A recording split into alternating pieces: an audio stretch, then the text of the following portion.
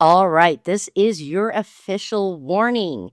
If you love your Bible uncritically, leave right now. Go do something relaxing instead, like bake a pie, pet your dog, repent. I do not care. Because once this video starts, we're picking apart whatever chapter we're on, word for word. If you stick around and get mad later, that is on you. All right, welcome back to Troll the Verse, the only Bible study where prophecy starts with contraction and ends with blood manna, famine, and Satan trying to eat a baby. Today, we're diving into Revelations 12, and I'm warning you right now, I could barely get through this one. I kept laughing so hard, I had to stop recording more than once. It is that ridiculous. This chapter has everything. It has a screaming pregnant lady floating in space, a seven-headed dragon trying to kill a newborn in front of God's throne, and a timeline that makes zero sense no matter how hard you look at this. And yes, I know, some of you are already getting warmed up to yell, "It's symbolic!" at the screen. Cool, we'll talk about that. For now, grab a drink, maybe something stronger than coffee, and hit that like button. Subscribe if you haven't, and leave a comment below, especially if you've got a better explanation for any of this. We're going full Revelation 12 today. Let's go. All right, here we go. Revelations 12 opens with a giant heavenly sign and manages to outweird the rest of the Bible within 2 sentences. A woman shows up in the sky wrapped in solar radiation, standing on the moon and crowned with 12 stars. This isn't astrology, folks. This is scripture. Totally different. If this woman doesn't have a stylist, she's winging it impressively. The crown placement alone deserves applause. That's not easy to do without hair. So, this woman is either a walking eclipse or a metaphor that's been bloated with every astrological symbol available. Interpretations here range from it's Israel to it's Mary to it's the church or some blurry super symbol of all three, depending on how willing you are to ignore all the contradictions. And yes, let's go ahead and address it. Some people really do think this is Mary, as in the pregnant Mary, again in heaven, after she died. Yes, Mary is absolutely dead by this point in the story. Yes, we saw her much older back in the Gospels. Jesus was allegedly around 30 during his ministry, right? And she showed up once at the house with his brothers. That that puts her in her mid 40s at minimum. Maybe she lived to 60, 70. Let's be generous and say she's a sprightly 70-year-old when God decides to yank her up to heaven. Okay, let's assume this. And now what? She's pregnant again? God pulled Grandma Mary into heaven and said, "All right, Jesus, you're going back in." The entire apocalypse hinges on reverse birthing Jesus back through a postmenopausal Mother of Mary. Then again, this is the same Bible that says God made Sarah pregnant at 90, gave Rebecca fertility treatment via prayer, and popped out kids through Leah's maids. So in Fantasyland, maybe this isn't a stretch for some of you. Anyway, moving on. All right, she's pregnant. She's screaming. And this is somehow described as a sign, like it's meant to send a message. If this is how prophecy starts, we're already in trouble. You don't open your climax story with intergalactic birth agony unless you run out of things or forgot what you're even doing. There's no medical staff, there's no scented towels. Honestly, I'd file a complaint if I was her. She's not even given a chair in heaven. And yet, this exact passage is the one people try to turn into a planetarium chart. They take this verse, they plug it into astronomy software, and try to argue that it maps onto some planetary alignment in 2017. Because sure, Revelations is definitely a star map. Definitely not something induced by drugs. Meanwhile, her suffering is emphasized. It says travailing and pain to bring forth. God's idea of a heavenly sign is a woman writhing in labor. That's what he chose to lead with in Revelations 12. Verses 3-4, it says, Then another sign appears, a great red dragon, 7 heads, 10 horns. And this part needs correction. The YLT says, upon his head, 7 diadems. But the Greek is actually plural here, heads. It's supposed to be heads, 1 crown per head. This is important because later John wants you to interpret these heads as kingdoms and leaders. If the translation can't even count correctly, we're off to a really good start here. So it's just a typo, just a translation error in the YLT. Other translations say heads. The dragon's tail sweeps a third of the stars from heaven and hurls them to earth. Again, no explanation, just another event played. If stars here represent angels, then Satan just took out a third of heaven's staff with 1 swipe and no retaliation. If they're actually stars, then Earth just got obliterated. Then the dragon stations himself in front of the woman. No disguise, no subtlety. He's just standing there in heaven, in front of a screaming woman, waiting to eat a newborn. Nothing says master of deception like standing in plain sight. And yes, this is supposed to be Satan. So what exactly is his end game here? He's in heaven, standing in front of the woman, ready to devour the child. And the instant the baby is born, he's snatched to God and to his throne. Like God's at home or asleep or indifferent, who knows? If Satan had boundaries before, they're clearly gone. This is full on, I'm going to do a baby murder on holy ground and I hope no one tries to stop me. Also, just think about what this implies. Satan really truly believes here he can succeed. This isn't symbolic desire. This is an active plan. Satan is not sneaking around whispering lies.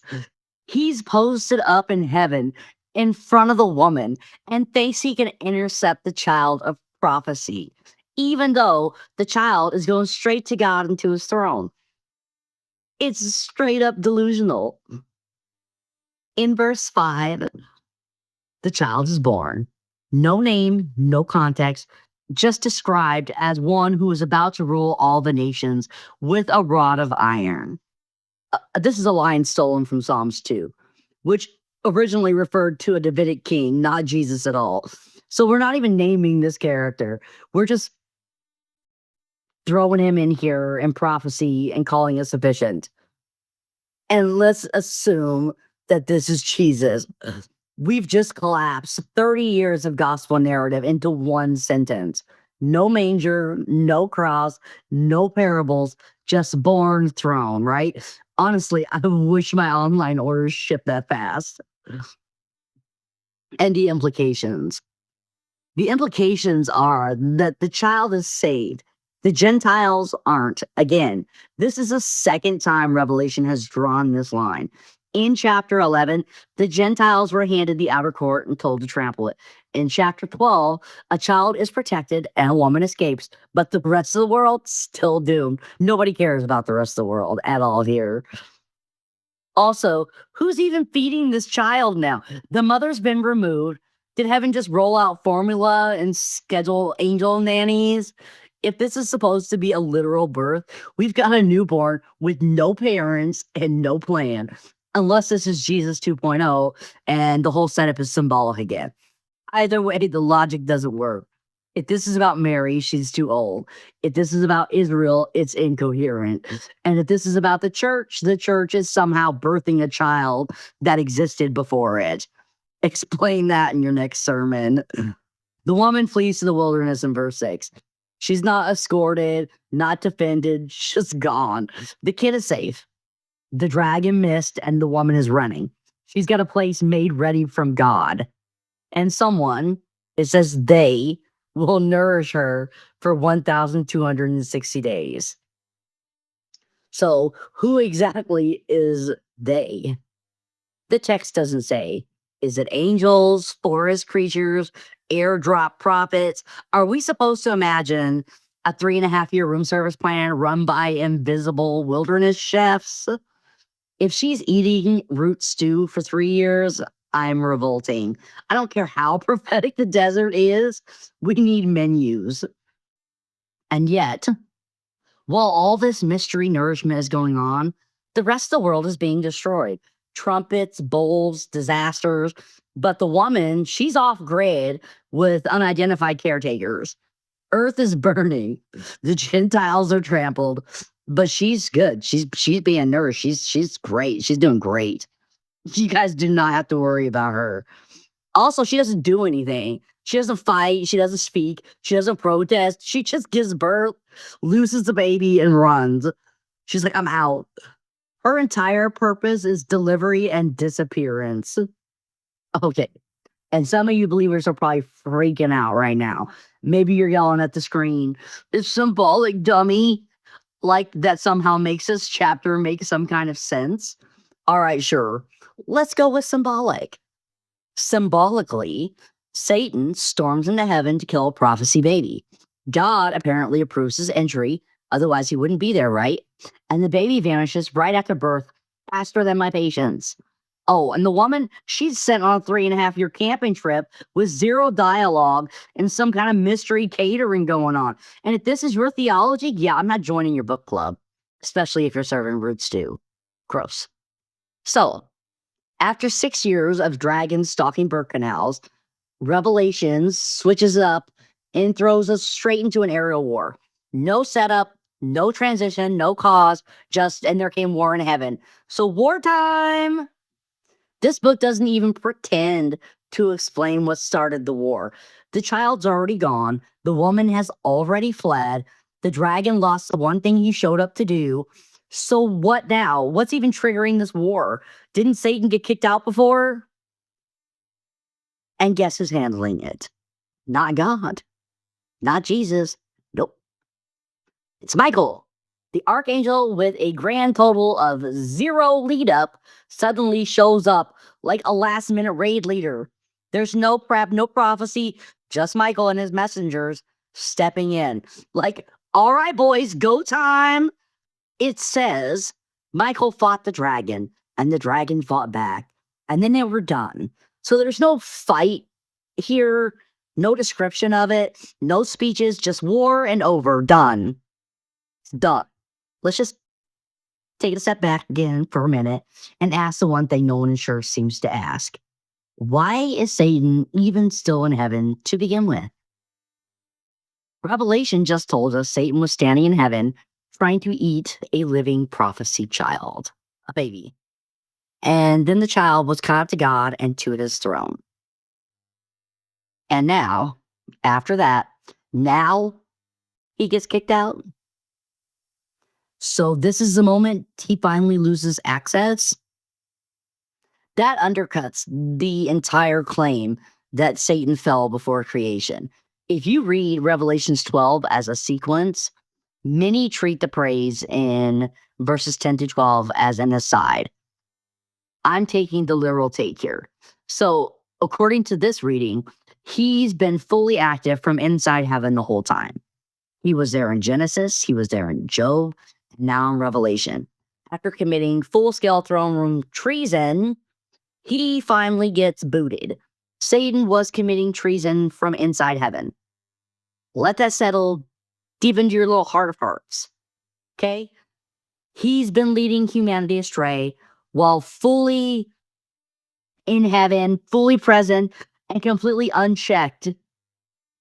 I cannot. This is so stupid. It is so stupid. Verse 8 says they did not prevail, nor was their place found anymore in heaven.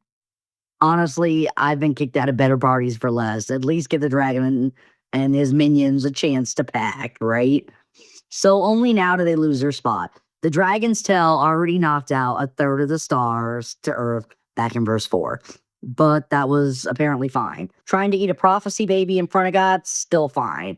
But a fight with Michael, that's the line. That's the drawn line. Heaven has the worst security protocol in any religious system. And then verse 9 gives us the dragon's name, as if we didn't already figure it out.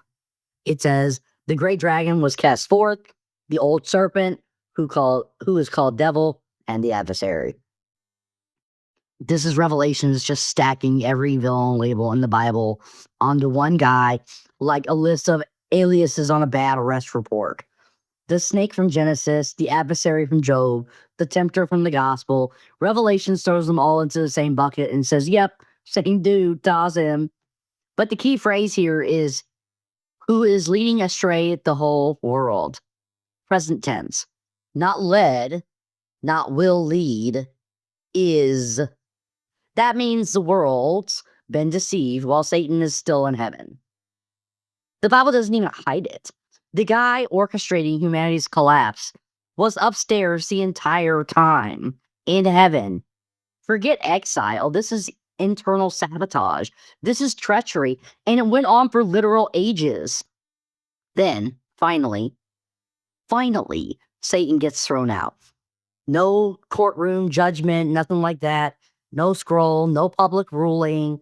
He's just cast to earth like a leftover asteroid. And his messengers, same deal. No names, no roles, no warning, just a mass dump straight onto humanity. Because now is the time to deal with it. Not during Eden, not during Job, not when he was trying to eat the Messiah. No, now when he's going to fight Michael. That's the time to do it. God wouldn't want to step in before that. If this is the moment Satan falls, then everything you've been told about the original rebellion timeline is complete garbage.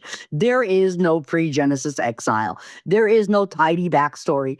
There's just a dragon who overstayed his welcome, committed open sabotage in heaven, and finally got launched to earth after Revelations got bored of pretending it made sense. All right, verses 10 through 12. So after Satan finally gets booted for his little eat a living prophecy child stunt, verse 10 opens with a loud heavenly announcement. It says, a great voice starts shouting across heaven. Now did come the salvation and the power and the reign of our God and the authority of his Christ. Now? You're telling me that all of salvation and power just started today because Satan got removed? Not after the fall, not after the flood, not after the cross, not after Jesus allegedly rose from the dead, but right here in chapter 12, because the dragon finally got kicked out. According to this text, that's the trigger point. That's the moment heaven calls this whole thing a win. Forget every theological timeline you've ever heard. This is the verse where Revelations claims God's reign actually begins. Not when he created the world, not when he judged it, not even when Jesus supposedly defeated death, but only once Satan got forcibly removed by Michael. And then we get this line. It says, because cast down was the accuser of our brethren, who is accusing them before our God day and night. So once again, let's make it really plain. This is what it says. Satan had full access. He was in heaven daily, accusing people directly to God, not metaphorically, not spiritually, but openly and nonstop. And everyone up in heaven just tolerated it. No one shut it down. He was up there day and night, slandering people from the front row of the throne room. And I guess that was just business as usual. Then verse 11 tries to rewrite the whole thing. It says, and they did overcome him because of the blood of the Lamb and because of the word of their testimony, and they did not love their life unto death. Hold the phone. They overcame him? Who's they? This isn't talking about the Gentiles. Those guys were excluded 2 chapters ago. This is the brethren, maybe the Jewish believers or early martyrs. But here's the contradiction. Revelation already told us that Satan was thrown out in verse 7 through 9. A full-on war with Michael. Messengers, defeat, complete removal. That was the actual moment that Satan lost access. But now, verse 11 comes along and says, actually, it was the martyrs, they who overcame him because they were loyal, because they died, because they testified. So which one are we going to go with? The earlier thrown out, or are we going to go with this one? Was it War with Michael, or was it martyrdom on earth? I can't. Why are they getting credit for defeating someone who's already been removed? Answer that. This is like handing the trophy to the cheerleader after the game's over, and the players are already in the locker room. They didn't fight, they didn't win, but the text decides to reward them anyway. Heaven just pretends that martyrdom is a victory and hands out medals post game. It's ridiculous. It's cleanup theology. Pretending this timeline makes sense is absolutely ridiculous. Now, verse 12, it says, because of this be glad, ye heavens and those in them who do tabernacle. So, heaven celebrates. Loud cheering, big announcement, champagne and wings, because the dragon has been dealt with. But then, woe to those inhabiting the land and the sea. Yeah. Earth just got nuked. There's no action plan, no protection, no angelic intervention, just woe to you.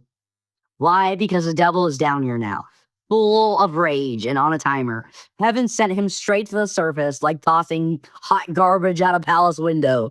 The verse says, the devil did go down unto you, having great wrath, having known that he hath little time. So this guy, he's not just angry, he's in panic mode. And Earth is the dumping ground. Heaven gets a parade, Earth gets a bloodbath. And no one apologizes for this. It's just like, it's cool. So the next time someone quotes this passage like it's some kind of a triumph, remind them the dragon only gets kicked out after trying to eat the Messiah. And the only plan God had was to drop in on the rest of us. Like, here, take my problems. All right, verses 13 through 14. So the dragon finally realizes he's been kicked out of heaven, and with nothing left to do, he turns his attention back to the woman. You know, the one who gave birth to the child that was already beamed up to God's throne several verses ago. So now it's personal. The dragon gets dumped on Earth and immediately starts chasing the one person who already won by escaping. But again, we have a problem. If the child is gone and safe in heaven, why is the woman still being hunted? And more importantly, why is she separated from her newborn in the first place? Who made that call? Is this supposed to be some kind of a tactical maneuver? Like yank the child out and leave the mother behind? What's the long-term plan here? Are we assuming they've got formula dispensers up there? Who's feeding the baby? Is there a nursery section next to the throne? What is going on? Anyway, we're told the woman escapes thanks to 2 wings of the great eagle. No further explanation. Just wings. She's got wings now. I guess Revelation's version of a rescue is angel-powered jetpacks of some kind. She's flown off to her place. Her place is vague, but somehow it's already ready. And once again, she's nourished. Let's talk about this timeline. Back in verse 6, it says she was nourished for 1,260 days. Here, it's a time, a times, and half a time. Same concept, but this time, Revelations ditches the numbers and just rolls with cryptic phrasing. No reason, no adjustment, just reused prophecy language with new wording for no real gain to the story. It's like Revelations wanted to sound deeper without actually saying anything different. And again, we don't know who's nourishing her. We still don't know. The text says they, like there's some mystery off-screen support team that's dropping off supplies in the wilderness. Is this daily thing? Are we talking ravens, manna? Like what? Do angels DoorDash meals with flaming swords in hand? No one ever asks how this works because Revelations never tells us.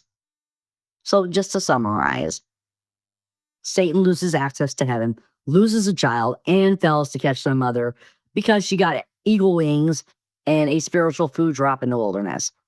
Another flawless Revelation escape sequence, complete with vanishing timelines, absent children, and logic that only makes sense if you completely stop thinking. All right, verses 15 through 17.